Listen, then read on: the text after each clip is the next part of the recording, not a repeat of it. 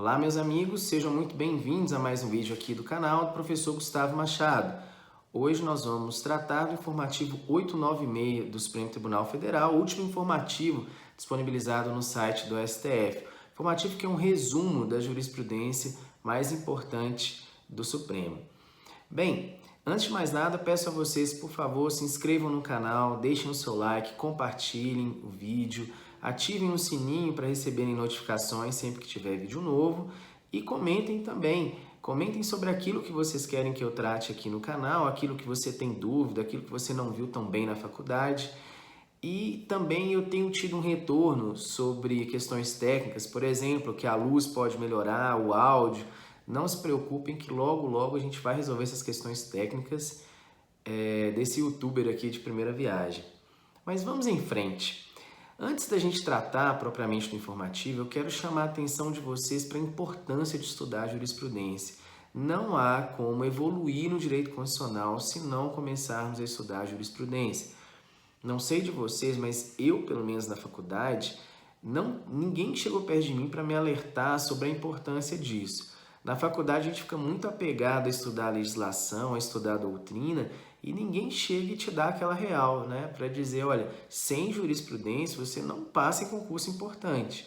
Os concursos da área jurídica, de carreira jurídica principalmente, analista, defensoria pública, ministério público, delegado, advocacia geral da União, magistratura, esses concursos, uma parte muito grande deles é jurisprudência e uma parte muito importante, então a gente tem que estudar. A ideia aqui é a seguinte, toda vez que sair informativo do Supremo, dias depois eu venho aqui para o canal para comentar as decisões mais importantes. Então, dessa forma, a ideia é que muito em breve você esteja bem afiado com a jurisprudência do Supremo e isso vai te dar uma evolução nessa matéria muito grande. Então vamos lá, desse informativo 896, o que eu quero destacar? Primeiro, saíram informações sobre o julgamento do habeas corpus do Lula, aquele habeas corpus que tratava do princípio da presunção de inocência, do alcance desse princípio, sobre a possibilidade de prisão após decisão de segundo grau. Sobre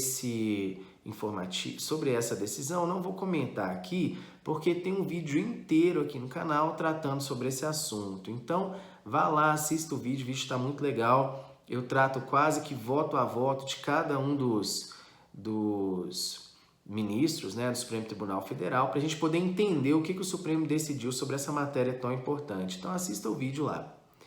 Mas tem um julgamento de uma ADI que eu considero muito importante. É a ADI 4717. O que o Supremo decidiu nessa ação direta de constitucionalidade? O Supremo tratou de uma medida provisória que posteriormente foi convertida em lei, cujo objeto era a restrição de áreas de proteção ambiental para fins de construção de uma usina hidrelétrica. Então, o objeto da MP era esse. O presidente da República editou a medida provisória para restringir áreas de proteção ambiental e permitir a instalação de uma usina hidrelétrica. O Supremo declarou inconstitucional essa medida provisória por vários motivos. Primeiro motivo, o Supremo entendeu que a SMP não preenchia os requisitos constitucionais da relevância e urgência. MP, meus amigos, é uma atividade legislativa excepcional do presidente da República. O presidente da República não tem como função principal legislar, mas ele legisla excepcionalmente. Uma das hipóteses é através da edição de medida provisória, mas é exceção. A Constituição diz que ele só vai poder editar uma medida provisória se ela for relevante e urgente. E nesse caso, o Supremo entendeu que ela não preenchia esses dois requisitos cumulativos, relevância e urgente. A questão ainda estava em fase de licenciamento ambiental, então o presidente da República poderia perfeitamente ter apresentado um projeto de lei no Congresso Nacional ao invés de editar essa medida provisória, que não era urgente. O Poder Judiciário, nesses casos, pode declarar inconstitucional, sim, uma medida provisória, se o Poder Judiciário entender que ela não atende aos seus requisitos constitucionais da relevância e urgência. Então, esse foi o primeiro motivo da inconstitucionalidade dessa MP. O segundo motivo que o Supremo utilizou é que ela fere o princípio da vedação do retrocesso ambiental. O que é isso? Esse princípio, ele é uma derivação de um princípio muito conhecido lá dos direitos fundamentais. Quando nós estudamos direitos fundamentais, a gente estuda esse princípio da vedação do retrocesso, que diz o quê? Que diz que a proteção aos direitos fundamentais deve sempre avançar, jamais retroceder. A proteção aos direitos fundamentais é um constante caminhar para frente, não deve retornar. Esse é o princípio da vedação do retrocesso dos direitos fundamentais, também chamado de efeito cliquet. Nossa, que nome chato, é chato mesmo. Cai em concurso com esse nome? Cai em concurso com esse nome, então tem que saber. Princípio da vedação do retrocesso ou efeito cliquet, mesma coisa, tá? Aqui no direito ambiental, que também é um direito fundamental, aqui no direito ambiental ele vai ganhar um nomezinho um pouco mais específico, que é a vedação do retrocesso ambiental. O Supremo disse nesse julgamento que a proteção ambiental deve sempre avançar, deve sempre evoluir. Esse princípio da vedação do retrocesso também se aplica na área ambiental. Ele só vai ceder em casos muito especiais, quando for indispensável ao atendimento de outros princípios, como o incremento da atividade produtiva, o desenvolvimento nacional, etc. Mas sempre de forma justificada, de forma excepcional e também dependendo de lei em sentido formal do Congresso Nacional, senão poderia ser objeto de MP. Então, observando isso, se for justificável para atender outros princípios constitucionais importantes e por lei formal do Congresso Nacional, poderia, em tese, se afastar esse princípio da vedação do retrocesso ambiental. No caso específico, o Supremo entendeu que havia ofensa ao princípio da vedação do retrocesso ambiental. Além disso, houve um terceiro motivo também. O Supremo entendeu que essa medida provisória era inconstitucional porque um dos limites implícitos à edição de uma medida provisória é a matéria ambiental. Como assim? Existe um rol de limites explícitos à edição de MP. Esse ninguém tem dúvida, é só ir lá no artigo 62 que você encontra. Lá no artigo 62 tem um rol de matérias que não podem ser objeto de MP. Processo civil, processo penal, lei complementar, leis orçamentárias, não pode ter MP sobre direito penal, para confiscar poupança, tem várias matérias que estão lá no artigo 62, num rol descritivo, explícito, que não pode ser objeto de MP. Essa é a pergunta fácil da sua prova.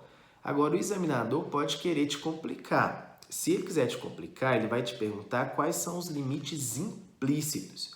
E o Supremo agora deixou claro que um dos limites implícitos é a matéria ambiental. Matéria ambiental, então, não pode ser objeto de MP. Tem que ser objeto de lei formal no Congresso Nacional. Não pode ser objeto de MP. Então, para tratar de meio ambiente, lei formal, sem MP, então.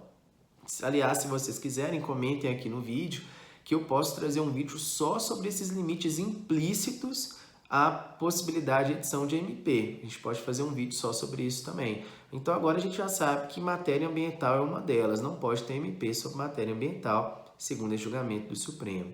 Então, o Supremo declara a inconstitucionalidade dessa medida provisória porque ela não é relevante e urgente, porque ela fere o princípio do retrocesso ambiental, da vedação do retrocesso ambiental, e também porque a matéria ambiental significa um limite implícito à possibilidade de edição de MP. Não pode ter MP sobre matéria ambiental.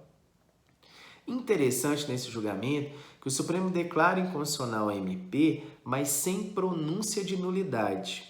Como assim? O que é isso, né? Declara inconstitucional sem pronúncia de nulidade. O Supremo declarou inconstitucional, mas entendeu que não era possível retornar ao status quo ante. O que é isso, essa expressão em latim, né? Significa dizer que não era possível fazer com que as coisas voltem ao seu estado que eram antes da edição do MP. Tem hora que não dá, né, gente? Para a gente poder apertar um botão e sair desfazendo todos os efeitos que aquela norma já produziu no ordenamento jurídico. Nesse caso específico, o dano ao meio ambiente já tinha existido e já era irreversível, porque houve o alagamento de uma grande área para a construção dessa hidrelétrica. Então não tinha como tirar a água dali mais. Mesmo se fosse possível, o dano ambiental já teria acontecido. Então o Supremo declara a inconstitucionalidade mas não pronuncia a nulidade da norma. Esse assunto ele é atinente à questão da modulação dos efeitos da decisão no controle de constitucionalidade, que é outro tema também que, se vocês comentarem aqui embaixo, a gente pode trazer para objeto de um vídeo específico sobre esse assunto, que também é muito interessante. Então, a ADI 4717 é uma aposta minha para os próximos concursos públicos. O Supremo declara que essa MP do presidente da República para reduzir a área de proteção ambiental não é relevante e urgente, fere o princípio da vedação do retrocesso ambiental, é um limite implícito à possibilidade de edição de medida provisória à matéria ambiental, e ele declara inconstitucionalidade sem pronúncia de nulidade, porque o dano ambiental já tinha ocorrido e era irreversível. Outro julgamento desse informativo que eu quero chamar a atenção é o julgamento da ação direta de constitucionalidade 4420. Esse julgamento aqui é importante porque ele reafirma uma jurisprudência do Supremo que eu sempre chamo a atenção em sala de aula, porque é uma pegadinha que os alunos têm que ficar atentos. Vejam, lá no artigo 103 da Constituição Federal de 88, existe um rol de legitimados para ajuizar as ações de controle concentrado de constitucionalidade. Um dos legitimados ali é o governador do estado. Quero chamar a atenção para o seguinte: o legitimado é o governador do estado, não é o estado membro. Por que isso é importante? Porque na hora que essa ADI for ajuizada, tem que constar ali a assinatura do governador do estado. O procurador-geral do estado, que é o chefe da advocacia pública do estado, não pode assinar essa ação direta de constitucionalidade sem o governador ter assinado também. Os dois têm que assinar a ADI. Por que os dois têm que assinar a ADI? Porque o legitimado, na verdade, é o governador. Na verdade, o chefe da advocacia pública estadual nem precisa assinar. Mas se ele quiser assinar, tem prejuízo? Não tem prejuízo, desde que o governador assine também. A assinatura do governador é que é imprescindível, porque o legitimado é ele, não é o Estado. Bem, nesse caso específico dessa ADI, a Advocacia Pública do Estado deu uma bobeira, porque foi interposto um recurso de embargo de declaração e esse recurso não foi assinado pelo legitimado da ação. Quem que é o legitimado da ação? O governador. O governador não assinou esse recurso. E, além disso, a Procuradoria do Estado utilizou o prazo em dobro para recorrer. Como vocês sabem, os entes públicos possuem prazo em dobro para recorrer. Só que, nesse caso específico, o legitimado não é o ente público, não é o Estado membro. O legitimado é o governador, e o governador não tem esse prazo em dobro. Então, esse recurso de embargo de declaração não foi conhecido pelo STF. O STF não chegou a julgar o mérito desse recurso de embargo de declaração por ilegitimidade, porque quem assinou foi o chefe da Advocacia Pública Estadual. Quem deveria ter assinado era o governador do estado. Além disso, foi utilizado um prazo em dobro. E não tem prazo em dobro aqui, porque não é um ente público que está recorrendo, mas sim o governador do estado. Então, atenção para essa jurisprudência, que ela reafirma o entendimento do Supremo, que cai bastante em prova. Por fim, terceiro julgamento desse formativo que eu quero chamar a atenção é o julgamento do habeas corpus 112.182.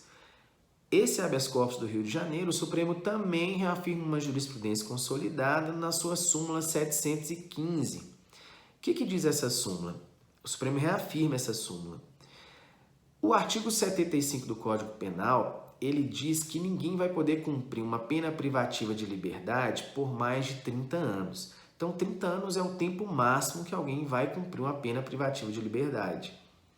Uma questão interessante é a seguinte: se a pessoa recebe uma pena superior a esses 30 anos, ela recebe uma pena de 70 anos, 80 anos, 100 anos, qual é a pena que a gente deve considerar para fins de benefícios lá na execução da pena, lá na fase de cumprimento da pena?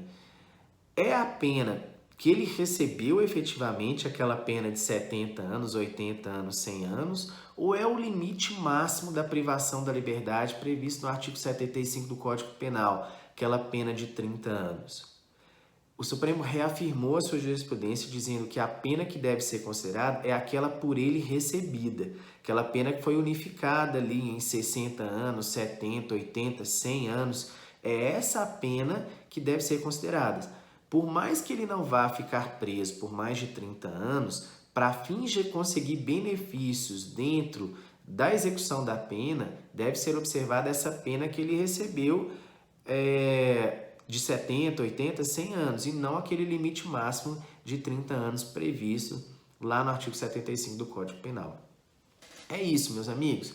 Espero que esse informativo agora tenha ficado claro para vocês. Acompanhem o canal, me acompanhem no Instagram, no Facebook, comentem o vídeo, digam aqui o que vocês querem que eu trate nesse canal, que a gente vai se ver em breve. Até o próximo vídeo.